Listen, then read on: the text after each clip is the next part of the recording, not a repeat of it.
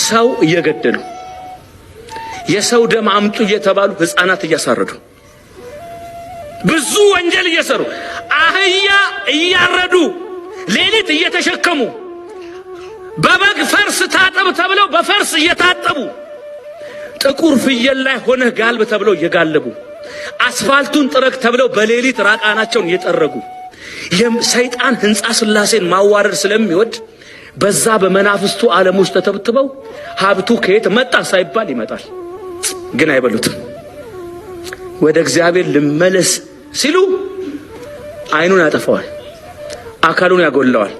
አንዱ መኪና አንዱ አገር ይቆማል፣ አንዱ አገር ይቆማል። ትዳር ይበላሻል፣ ልጆች ይከዳሉ፣ ቤቱ በሐራጅ ይሸጣል። ለምኖ ቆዳውን በልቶ እንዲሞት ነው የሚያደርገው። ከእግዚአብሔር ጋር የሆነ ጤናማ ትንሽ ሀብት ይሻላል ወገኖች። በሰይጣን ከመጣ ሀብት በእግዚአብሔር የመጣ ሀብት ይሻላል። ትምህርት እንዲገባው ብለው አንዳንድ እናቶች ልጆቻቸውን ጠንቋይ ቤት ይወስዳሉ። የጅብ ቅንድብ እሰር ይለዋል። ጅብ እንደው ከየት ሀገር ትምህርት የሚማረው? ሲበላ ጅብ ሲናገር ጅብ ይሆናል ልጁ። ጅብ ቅንድብ እሰር ይለዋል። ካሳሰረ በኋላስ ጨጨጨጨ ገገገ ብሎ ጽፎ ይሰጠዋል። ያንን ኩዳም ብለን አስረን መጣና በጎን መስቀል ተንጠልጥሏል። አባት ያቁርቡ እንላለን። ይሄ የክርስቶስ መንፈስና የሰይጣን መንፈስ ውጊያ ይጀምራሉ። ህፃኑ ጆሮ የሚበሰብስ ጥርሱ የሚበሰብስ ጆሮ የሚመግል የሚቃዥ ጤናውን ያጣ ትምህርት የማይገባው የፈዘዘ ልጅ ይሆናል። ወይ ከእግዚአብሔር ጋር ነው ማድረግ ወይ ወደ ሰይጣን ነው መውሰድ።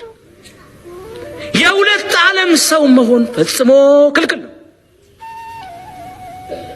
በመናፍስት አሰራር ውስጥ ነው ብዙ ሰው ያለው። ሀብት እግዚአብሔር ነው የሚሰጠው፣ ጤና እግዚአብሔር ነው የሚሰጠው፣ ዕውቀት እግዚአብሔር ነው የሚሰጠው፣ ሰላም እግዚአብሔር ነው የሚሰጠው፣ ትዳር እግዚአብሔር ነው የሚሰጠው፣ ልጅ እግዚአብሔር ነው የሚሰጠው፣ ስልጣን እግዚአብሔር ነው የሚሰጠው። በሰው ዘንድ መፈራትና ግርማ ሞገስ ለአስቴር እንደሰጠ እግዚአብሔር ነው የሚሰጠው። ግርማ ሞገስ ብሎ የችፍርግ ዛፍ እዚህ ላይ እየፋቀ ይሄዳል። ዛፍ ስለተሸከም ግርማ ሞገስ የለም። እግዚአብሔርን ስትይዝ ነው። አስቴር ጾማ ጸልያ ነው ንጉሱ እንደዚህ በፊቷ የተንቀጠቀጠው። መጽሐፍ አስቴር ምዕራፍ 4 ሰው በእግዚአብሔር ውስጥ ሲሆን ነው ኃይል፣ ስልጣን፣ ክብር፣ ዝና የሚኖረው።